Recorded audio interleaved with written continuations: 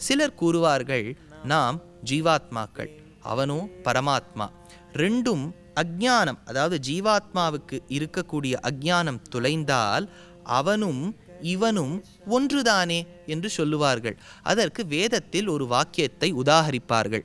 தத்துவம் அசி, தத்துவமசி என்கின்ற வாக்கியத்தை. தத்துவமசி என்கின்ற வார்த்தைக்கு அதுவும் இதுவும் ஒன்று என்பது அர்த்தமல்ல. ஆனால் சில அந்த மாதிரி அர்த்தம் சொல்லுவா.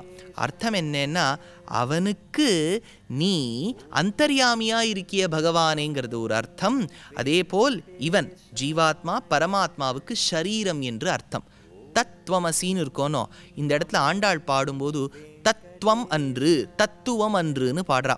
பாடும்போது பாருங்கோ, தத்துவமசின்னு இருக்கு, இந்த இடத்துல தத்துவம் அன்று, தத்து துவம் அன்று, இது ரெண்டும் ஒன்று கிடையாது. எது? பரமாத்மாவும் ஜீவாத்மாவும் ஒன்று கிடையாது. பரமாத்மாவும் ஜீவாத்மாவும் வேறே.